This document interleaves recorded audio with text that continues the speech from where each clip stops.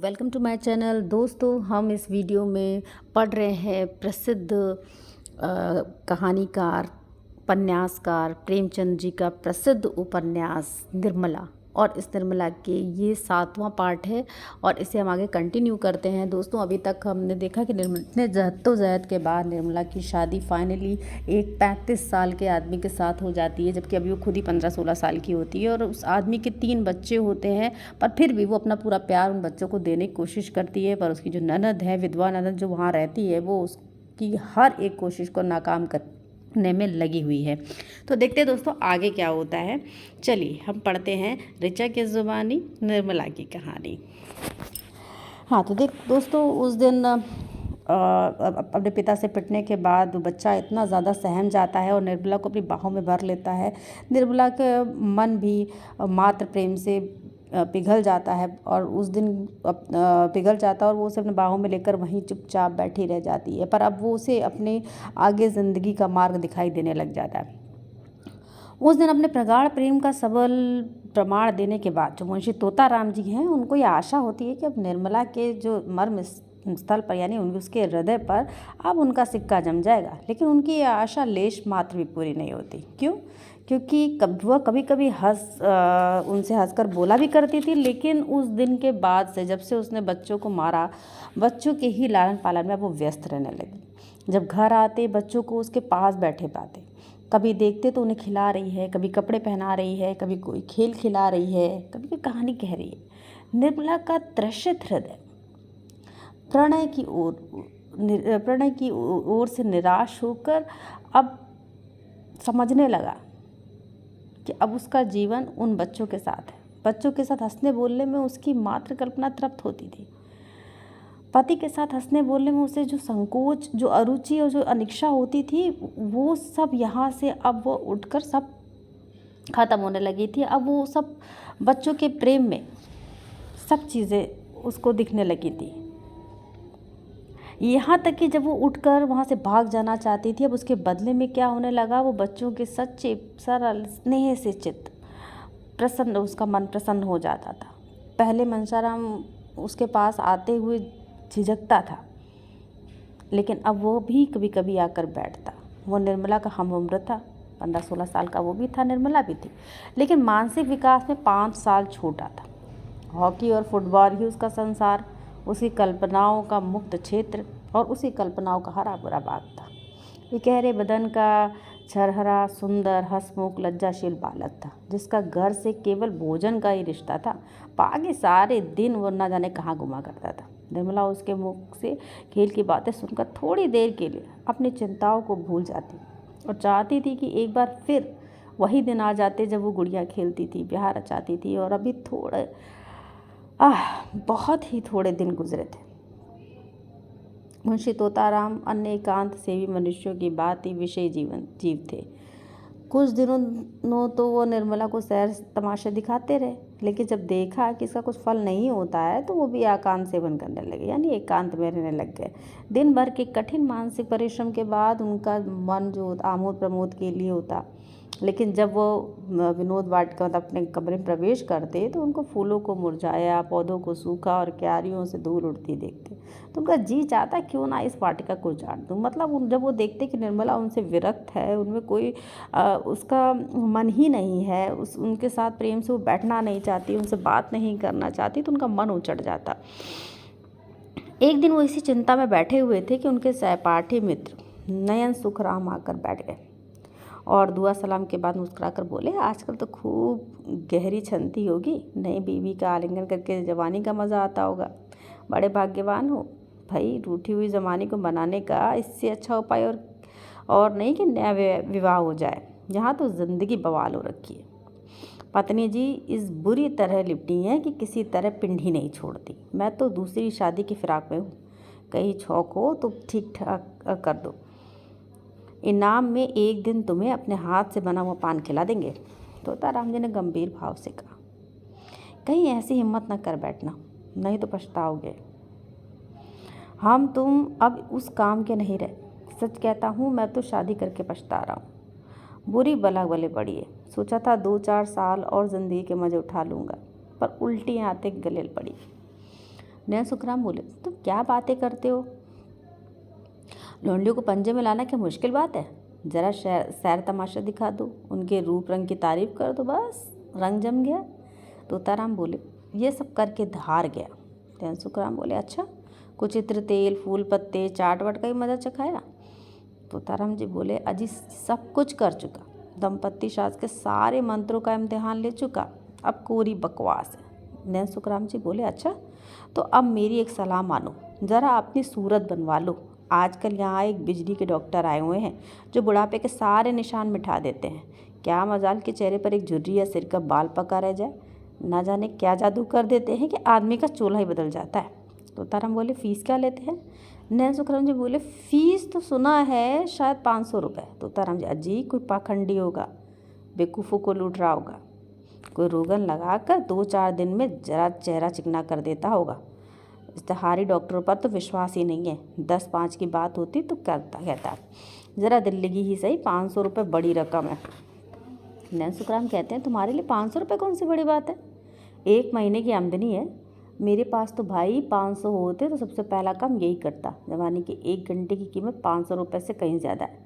तोताराम बोले, अजी कोई सस्ता नुस्खा बताओ, कोई फकीरी जड़ी बूटी जो कि बिना हर फिटकरी के रंग चोखा हो जाए। बिजली और रेडियम बड़े आदमियों के लिए रहने दो, उन्हीं को मुबारक हो। नैन सुखराम जी कहते हैं, तो फिर रंगीलेपन का स्वाद रचो, या ढीला डाला कोट फेंको, तंजेब का चुस्त अचकन हो, चुन्नटदार पजामा, गले में सोने की जंजीर पड़ी हो, सिर पर जयपुरी साफा बांधा हुआ हो, आंखों में सुरमा, बालों में हीना का तेल पड़ा हो, तोंद का पिचकना भी ज़रूरी है, दोहरा कमरबंद बांधो।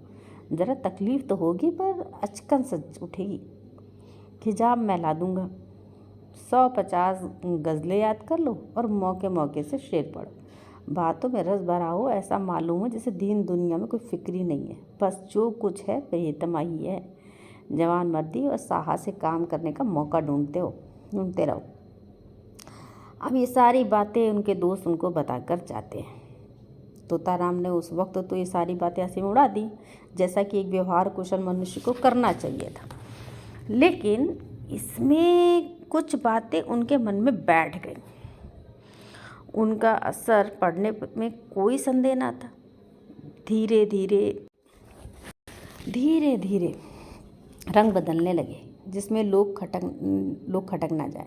पहले बालों से शुरू हुआ, फिर सुरमे की बारी आई, यहाँ तक कि 1-2 महीने में कलेवर भी बदल गया।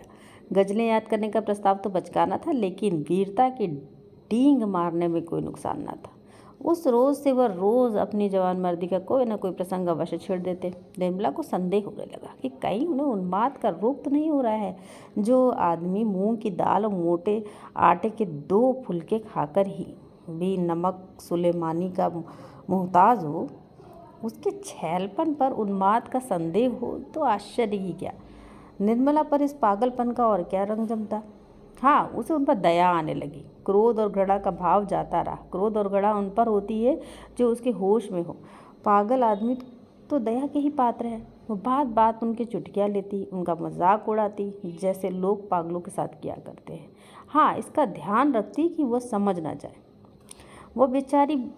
वो सोचती, बेचारा अपने पाप का प्रायश्चित कर रहा है। ये सारा स्वांग केवल इसलिए तो है कि मैं उसका दुख भूल जाऊं। आखिर ये भाग्य तो बदल सकता नहीं है, इस बेचारे को क्या जलाऊं। एक दिन रात को 9 बजे तोताराम बाके बन के सैर करके लौटे और निर्मला से बोले, आज 3 चोरों के से सामना हो गया। मैं ज़रा शिवपुर की तरफ चला गया था, अंधेरा था ही। जो ही रेल की सड़क पर पहुंचा तो 3 आदमी तलवार लिए न जाने किधर से आ गए। यकीन मानो, तीनों काले देव थे, मैं बिल्कुल अकेला।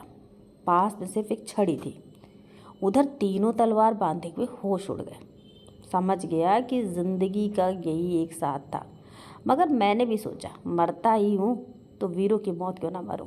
इतने में एक आदमी ने ललकार कर कहा, रख दे तेरे पास जो कुछ भी है और चुपके से चला जा।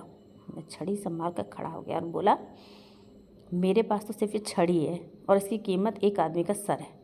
मेरे मुंह से इतना निकला था कि तीनों तलवार खींचकर मुझ पर झपट पड़े और मैं उनके वारों को छड़ी से रोकने लगा।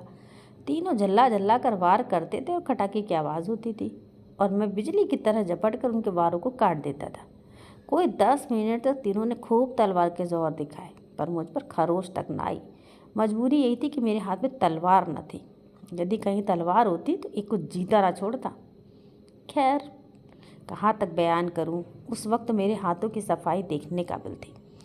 मुझे खुद आश्चर्य हो रहा था कि ये चपलता मुझ में कहाँ से आ गई। जब तीनों ने देखा कि यहाँ दाल भी नहीं गलने की, तो तलवार म्यान में रख ली और पीठ ठोक कर बोले, जवान, तुम सा वीर आज तक नहीं देखा। अब तीनों 300 पर भारी, गांव के गांव ढोल बजा कर लूटते हैं, पर आज तुमने तो नीचा दिखा दिया। हम तुम्हारा लोहा मान गए। कहकर तीनों नज़रों से गायब हो गए। निर्मला ने गंभीर भाव से मुस्कुराकर कहा, इस छड़ी पर तलवार के बहुत से निशान बने हुए होंगे। मुंशी जी इस शंका के लिए तैयार न थे, पर कुछ जवाब देना आवश्यक था। बोले, मैं वारों को बराबर खाली कर देता। 2-4 चोटें छड़ी पर पड़ी भी तो उचटती हुई इस पर कोई निशान नहीं पड़ सकता था। अभी उनके मुख से पूरी बात ही ना निकली थी कि सहसा रुक्मणी देवी बदहवास दौड़ती हुई और हाफते बोली, तोता तोता है कि नहीं? मेरे कमरे में सांप निकल आया है, मेरी चारपाई के नीचे बैठा हुआ है। उठकर भागी। मुआ कोई 2 गज का होगा, फन फैलाए फुकार रहा है। जरा चलो तो डंडा लेते चलना। तोता राम के चेहरे का रंग उड़ गया, मुंह पर हवाइयाँ छूटने लगी, मगर मन के भाव को छिपाकर बोले, सांप यहाँ कहाँ? तुम्हें धोखा हुआ होगा, कोई रस्सी होगी। रुक्मणी बोली, अरे मैंने अपनी आंखों से देखा, जरा चलकर तो देख लो। ये मर्द होकर डरते हो। मुंशी जी घर से तो निकले, लेकिन बरामदे में फिर टिटक गए। उनके पाँव ही ना उठते थे। कलेजा दड़ दड़ कर रहा था। सोचने लगे, सांप बड़ा क्रोधी जानवर है, कहीं काट ले तो मुफ्त में प्राण के हाथ धोने पड़ेंगे। बोले, डरता नहीं हूँ, सांप ही तो है, शेर तो नहीं, मगर सांप पर लाठी असर नहीं करती। जाकर किसी को भेजूँ, किसी के घर से भाला लाए। ये कहकर मुंशी जी लपके हुए बाहर चले गए। मनशाराम बैठा खाना खा रहा था। मुंशी जी को बाहर चले गए।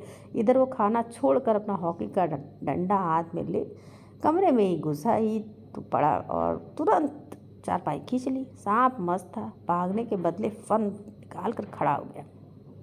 मनशाराम ने झटपट चारपाई की चादर उठाकर सांप के ऊपर फेंक दी और ताबड़तोड़ 3-4 डंडे कसकर जमाए।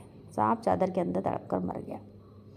तब उसे डंडे से उठाए हुए बाहर आए। मुंशी जी कई आदमियों के साथ चले आ रहे थे। मनशा राम को सांप लटकाए हुए देखा तो सहसा उनके मुंह से चीख निकल पड़ी, मगर फिर संभल गए और बोले, मैं तो आ ही रहा था, तुमने क्यों जल्दी की? दे तो कोई फेंका है। ये कहकर बहादुरी के साथ रुक्मणी के कमरे के द्वार पर जाकर खड़े हो गए और कमरे को खूब देखभाल कर मूंछों पर दाब देते हुए निर्मला के पास जाकर बोले, मैं जब तक आऊँ मनशाराम ने मार डाला। बेसमझ लड़का डंडा लेकर दौड़ पड़ा। सांप हमेशा भाले से मारना चाहिए, यही तो लड़कों में ऐब है। मैंने ऐसे ऐसे कितने सांप मारे हैं। सांप को खिला खिला कर मारता हूँ, कितनों ही को तो मुट्ठी में पकड़ कर मसल दिया है। रुक्मणी ने कहा, जाओ भी, देख ली तुम्हारी मर्दानगी। मुंशी जी झेप कर बोले, अच्छा जाओ, मैं डरपोक ही सही, तुमसे कुछ इनाम तो नहीं मांग रहा ना? जाकर महाराज से कहो खाना लगाए। मुंशी जी तो भोजन करने गए और निर्मला द्वार ही चौखट पर खड़ी सोच रही थी, भगवान, क्या इन्हें सचमुच कोई भीषण रोग हो रहा है? क्या मेरी दशा की ओर और दारुण बनाना चाहते हो? मैं इनकी सेवा कर सकती हूँ, सम्मान कर सकती हूँ, अपना जीवन के चरणों पर अर्पण कर सकती हूँ, लेकिन वह नहीं कर सकती जो मेरे किए नहीं हो सकता। अवस्था का भेद मिटाना मेरे बस की बात नहीं है। आखिर मुझे क्या चाहते हैं? समझ गई। हाँ, ये बात पहले ही समझी थी, नहीं तो इनको क्यों इतनी तपस्या करनी पड़ती, इतने स्वांग भरने पड़ते। तो दोस्तों, निर्मला का ये पाठ हम आगे भी इसी तरीके से पढ़ते रहेंगे और आगे भी देखते रहेंगे कि निर्मला के जीवन में और क्या क्या रंग बदल होते हैं और क्या क्या होता है। ये उपन्यास वाकई बहुत ही इंटरेस्टिंग है। तो चलिए दोस्तों, मेरे साथ बने रहिएगा आगे के वीडियो में। मेरे चैनल को लाइक एंड सब्सक्राइब करना बिल्कुल ना भूलें और आगे की वीडियो देखने के लिए इसमें बेल आइकन पर क्लिक ज़रूर करें। दोस्तों फिर मिलते हैं, तब तक के लिए बाय बाय।